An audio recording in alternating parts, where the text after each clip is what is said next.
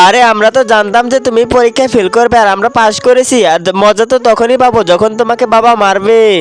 আরে বাচ্চারা তোমরা এসে পড়েছো, তোমরা কি রেজাল্ট পেয়েছো? হ্যাঁ বাবা, আমরা দুজনে পাশ করেছি, আরও ফেল করেছে। আরে মেয়েরা তোমরা ভিতরে যাও, আমি ওকে দেখতেছি। আরে তোকে লেখাপড়া করানোর কোনো ইচ্ছেই নেই আমার, কারণ তো আমি জানতাম যে তুই পরীক্ষায় ফেল করবি, তোকে দিয়ে লেখাপড়া হবে না। তুই তাড়াতাড়ি আমার চোখের সামনে থেকে যা। আরে আমাকে কেউ পছন্দ করে না, আর বাবা আমাকে আজকে বকা দিছে, যাই আমি আজকে জানটাই দিয়ে দিব। আরে জিসান ভাইয়া, তুমি এটা কি করতেছো? আরে আমাকে বাবা তো পছন্দ করে না, আর বাবা আমাকে অনেক বকা দিচ্ছে, আমি জানটাই দিয়ে দিব। আরে জান তো বোকা লোকে দিয়ে দেয়, আর বাহাদুর লোক কখনো জান দেয় না।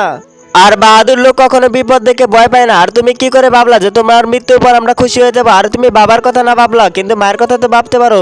মা তো তোমার কথা ভাবতে ভাবতে মারা যাবে। মানুষ একবার ফেল করলে কি ভেঙে পড়ে? আর একবার পরীক্ষা দিয়ে তো পাশ করতে পারবা। আরে বোন, তুমি ঠিক বলেছো।